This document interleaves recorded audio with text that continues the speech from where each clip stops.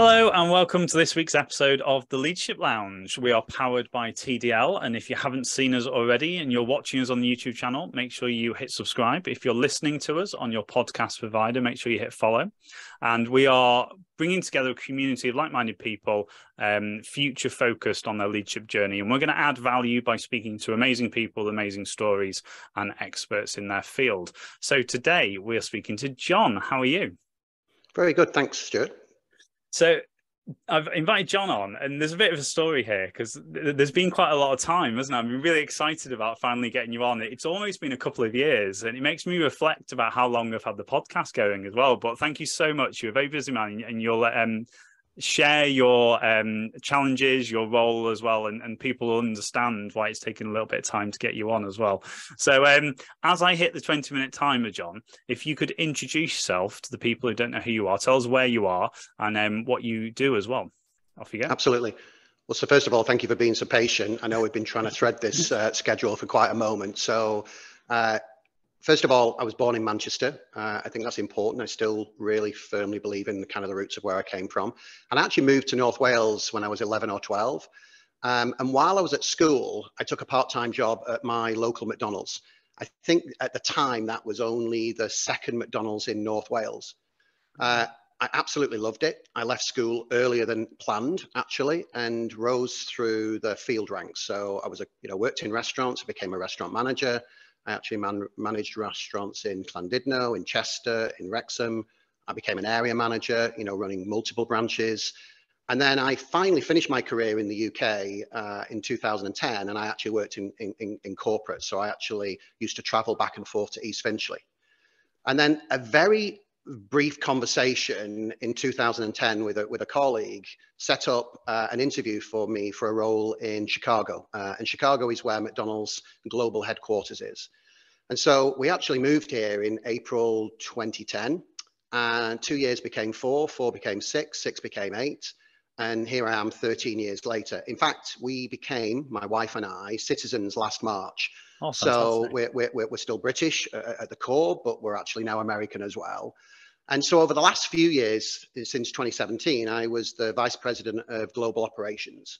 And then 2 weeks ago, I had a job change, and my shift in responsibilities were, we have a brand event. It's called our Worldwide Convention. It's the biggest brand event that we have internally. And because it's so big on the calendar, I've been given the responsibility to drive that event. And it's going to be in Barcelona for a week in April. And so a lot of different positions, a lot of growth. And I've worked for McDonald's now for, I think it's 36 years. So I've done it since I was 16 years of age. So that's briefly me. That's fantastic. And we were chatting just before you came on as well about some of the threads that I really wanted to talk to you about as well. And again, we know McDonald's as a global brand. Do you know what? That was one of the brands, just to divert a little bit. When I went to serve over in Oman in the military, it was one of those moments where you look around and you see the global brands. And it really made me think on a global scale. Does that make sense? Because you see it in the UK or the US, and you don't necessarily, obviously, you've had a real exposure of traveling, I presume, globally with the brand. How's that made you sort of think on a global scale? So I think, as I've traveled, I think people like relevance and things that matter. And there's nothing better than an arches sign, the golden arches as we call them. It doesn't matter whether I'm going out with friends or I've got a professional relationship. People always have questions and are always intrigued about McDonald's. It's got such a vast presence. I think we're in about 40,000 restaurants now in over 100 markets. I think we serve 68 million customers a day. How can you not be in awe of that brand? But more importantly, the consistency. So I still got kind of ketchup in my veins. That's what we say internally. That's what's kept that's what's kept me at McDonald's for 36 years. I'm passionate about the role I have, but also I'm an avid customer. I love the familiarity. I love the fact that you could be in Oman, or you could be in Liverpool, or you could be in Chicago, and you're pretty much going to get that driven consistency of what McDonald's is about. So I agree, as a brand and as an iconic brand, it's recognizable and people love it. Yeah, and your story definitely resonates with the next question about, from my perspective, and I shared this with you before, even though I've not worked with at McDonald's, it's really important. I think it's really good for the brand that I have a perception that they are really good at people development. Absolutely. From Andrea, who introduced us, to people that I know that have worked within McDonald's. I think there's, and I'd love to know your perspective on how they do that, because I think we were talking on a couple of podcasts recently about the fine line between and the awareness between process and people. And I think the current leadership development and the shunt because of lockdown of the people focus. But what do McDonald's do that make it so good at people development? Yeah, I agree. I don't think anybody's kind of sat in school today going, hey, I want a career at McDonald's. I think for a lot of folks, it's an entry-level job. When you work in our restaurants, it's there to kind of drive a little bit of extra pocket money. And people just stay. And what gets you hooked, I think, first of all, is like me, I think I got where I am today through kind of hard work, a bit of tenacious manner about me. McDonald's teaches you social skills. I think it allows you to observe and learn from others, because you really do see a wide variety of backgrounds, ethnicity, people's experience. I've obviously had some fantastic bosses and mentors along the way, but ultimately, if you kind of turn up, put in your hard work, McDonald's has a really good structured program to help you continue to learn. And they really do give you a broad breadth of experience. So just because you have grown up in, say, restaurants and you reach a position where you have operations experience, they're going to continue to diversify your portfolio of skills, if you like, and move you into training, or you move you into franchising, or move you into supply chain. And that just gives you so much versatility as an individual. And so I would say it's a balance of structure in terms of the program that McDonald's put together, but also just the support and the people around you that help drive not only your personal capability, but also just your social skills and who you are. Yeah, I love that. So I'm really interested to stay on the leadership thread of where on that journey you had, can you pinpoint a time or a level where you thought, right, leadership, I either need leadership, or there was a moment of I'm now a leader? Which point would you choose where leadership showed up on your journey? Yeah, I think on reflection, I could pinpoint it now as being when I was early. I'd be 18, 19, 20, when you're put in charge of a restaurant for the first time. At the time, I don't think you appreciate the enormity of that responsibility. Not only are you responsible for the guests and the families and the customers that are in front of you, but you're also responsible for the 30, 40, 50, 60 staff that you have working for you on that shift. Everything from their safety to how they're kind of turning up for our customers. And so that responsibility at that time, when you're that age, when you're young, you probably don't appreciate it. It's only when you kind of look back that you can probably pinpoint, you know what? I was leading from an early age. Yes, there was the support around me. I'd always only be a phone call away from my restaurant manager or from somebody that can kind of help you if you need that. But I would say it was very early that I started to appreciate that responsibility I'd been given. Yeah, amazing. And sort of fast forwarding to now, I'm really keen to sort of get an understanding of what you get involved in now. So I sort of laughed when I put a day in the life of, but obviously every day I can imagine is different and challenging. So if you would sort of give us a flavour about a day or a week in the life of yourself in your role now on a global scale, what would that look like? Well, why don't we just go for an easy one yesterday? So it's a Monday, start of the week. It was quite an interesting week. So I always play tennis first thing in the morning as best as I can. It's the only kind of fitness activity I have. And it's actually, I'm an early bird. I get most of my energy, early doors.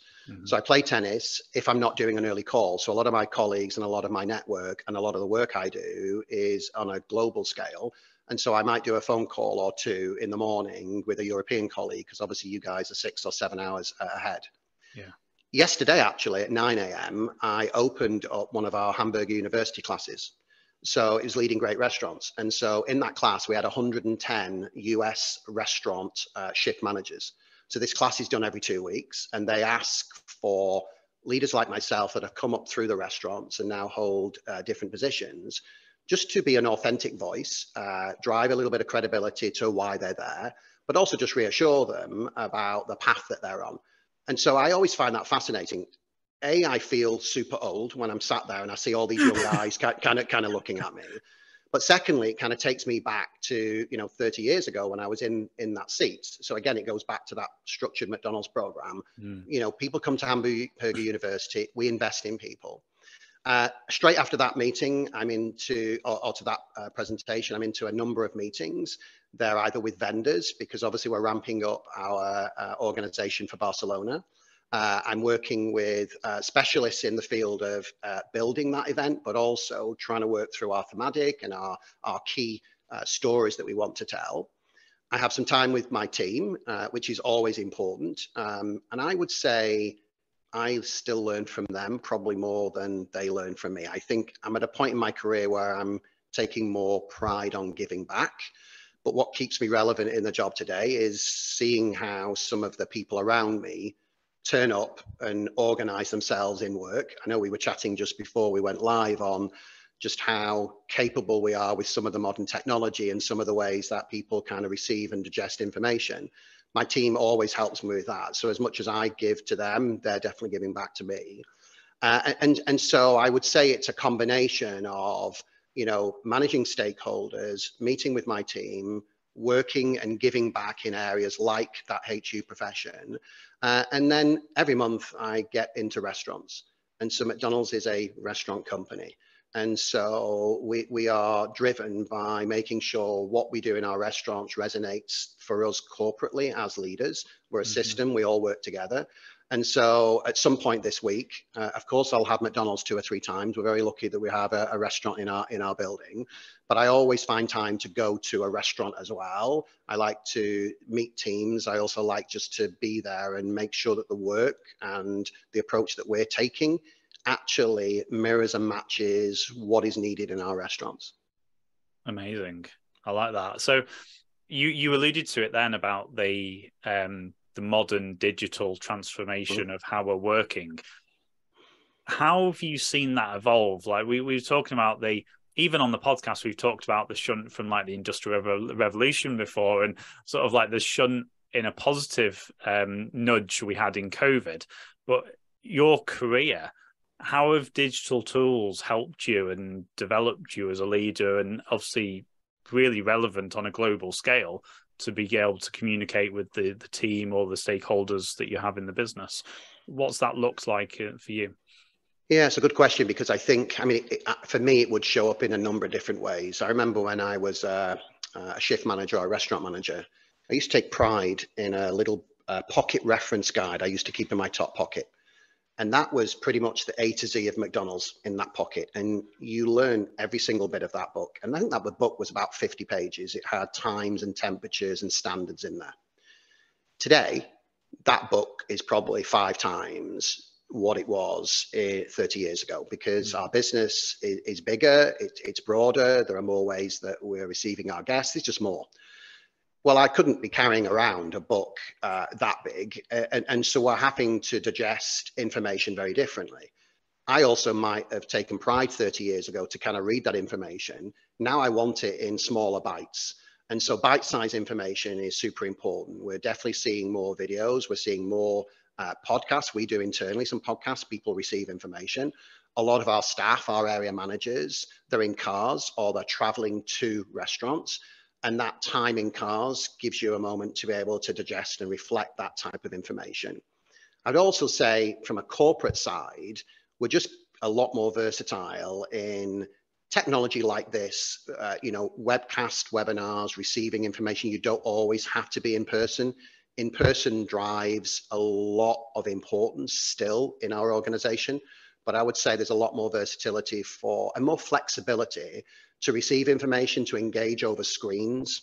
And I would also say that digital prowess that McDonald's has in terms of our customer engagement, because obviously we have an app and we have kiosks, it's also reflective of how we're kind of turning up for our teams. And I would say that it starts early in our restaurants, because the way our crew are trained on all of our stations, is through some different modeling and some programs that they'll engage with on a computer. That was never happening kind of 30 years ago. That would be literally shoulder to shoulder. And while we still have shoulder to shoulder, we're already giving people a level of confidence by doing some of that head modeling over a computer. And so, yeah, I could probably talk about this all morning. There's a number of different ways that likely the digital footprint is kind of changing, changing our lives, within the job. Yeah, I love that. And again, like I said, we were chatting before about the change in the evolution in TDL and my business, how eye-opening it's been. And I felt like you said about your team, I felt like a dinosaur, and about embracing it a bit more, because I've done a lot of shift of learning since exiting the military, but it's really ramped up in the last 6 months, and I love it. And I think people in teams and companies are still scratching the surface of the capability. But so for yourself on your journey, what sort of challenges have you overcome, and what challenges have you had, either positive or negative, or where are those sort of pinpoint moments of you had to really level up your leadership, or those key moments? I would say probably 2 or 3 things I would reflect. I think, first of all, I think as you continue to develop, I don't think it's about age or maturity. I think it's just as you get more experience, you probably recognize that working harder, so probably more hours, more intensity, is probably something that can't be sustained. I would say that you probably have to be a little bit more focused and work a little bit smarter. And so why is that relevant to me? Well, McDonald's is one of those companies and one of those jobs that it really does suck you in because you enjoy it so much.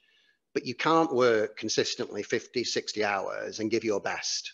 And as I got broader responsibility, I recognized that my role was probably to multiply the energy and the skills of the people around me.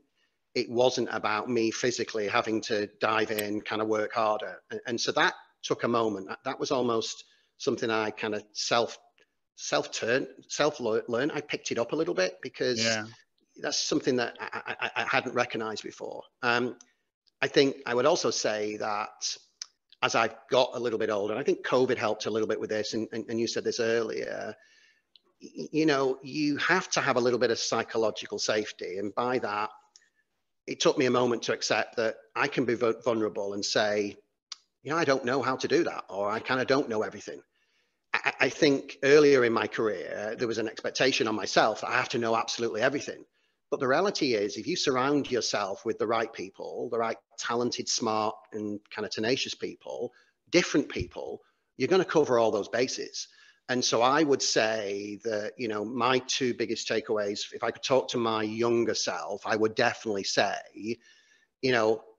hours does not equal, or the hours that you work, or how hard you work doesn't always equal kind of success. You kind of need to look at it very differently. And you can't kind of do everything yourself. It'll get you to a certain point, but if everything around you is not moving at your pace, you can't assimilate everybody to do it exactly the same way as you do. And so you have to kind of embrace that diversity, but more importantly, embrace the fact that having those different people around you, you can still all move in the same direction. And so moving from restaurant to corporate, there was a big mind shift for me in terms of the restaurant pace it's fast. And sometimes that pace drives a little bit more stress. When you combine that together, it makes a cocktail where you just have to kind of just get on with it and just put hard work in. That doesn't necessarily translate to other leadership positions that you may hold. Yeah. Does that make sense? Oh yeah, definitely. And again, it links to quite a few other conversations we've had with other global CEOs and global leaders.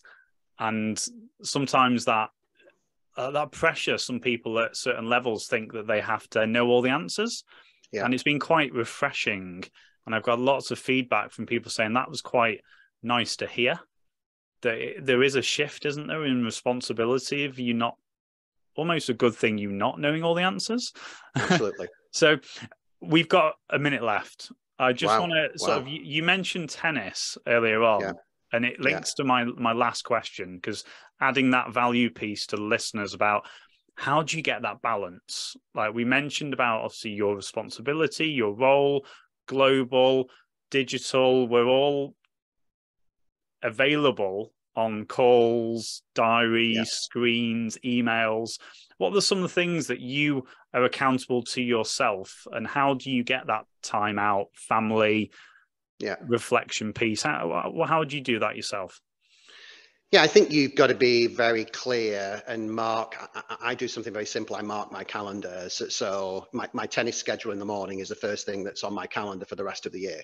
Now, my team and I kind of work to protect that as best as we can. There are times where I just have to give it up. I'd like to play 7 days a week if I could. So first of all, I'd probably be 20 pounds lighter. But secondly, it's the break I need. But over time, there are some weeks where I just can't do that based on some of the scheduling I have. So I think protecting that time is most important. I also mark my calendar very clearly of times where I need to kind of think and reflect and or take time for myself. I know other peer leaders that take time away for just, I need a mental break. And that is something I've never heard of before, but the team today embraces that. Hey, you know what? I've had a really busy, consistent 2 weeks. I'm going to be taking tomorrow off because I just need some time with my family, some time to myself. And you'll find today that, people embrace that. People want to see leaders with that type of vulnerability and honesty. And so I would say a little bit of structure that I kind of protect, but also being smart with how I schedule that time. Amazing. What a great way of finishing the podcast, again, from somebody your position, to hear that message as well. And I think that it just, from my mind, brings that kind of self-control as like, is your diary running you, or are you running your diary? That simplistic terms there. So Jon, thank you so much for your time today and sharing your story with us. Ladies and gents, if you've enjoyed that, make sure you let us know which elements you can resonate with, which elements you're going to take away and implement and have a go at in the future, and share with your teams as well. If you've been watching us on the YouTube channel, make sure you hit subscribe. And if you've been listening to us as you go by your day on the podcast provider, make sure you hit follow and like this on to other people. It really helps us get more guests and more listeners onto the podcast. So Jon, thank you so much for your time again. Thanks, Stuart. Thank you. Thanks for having me again. That's okay. Ladies and gents, see you all next week. Take care. Bye.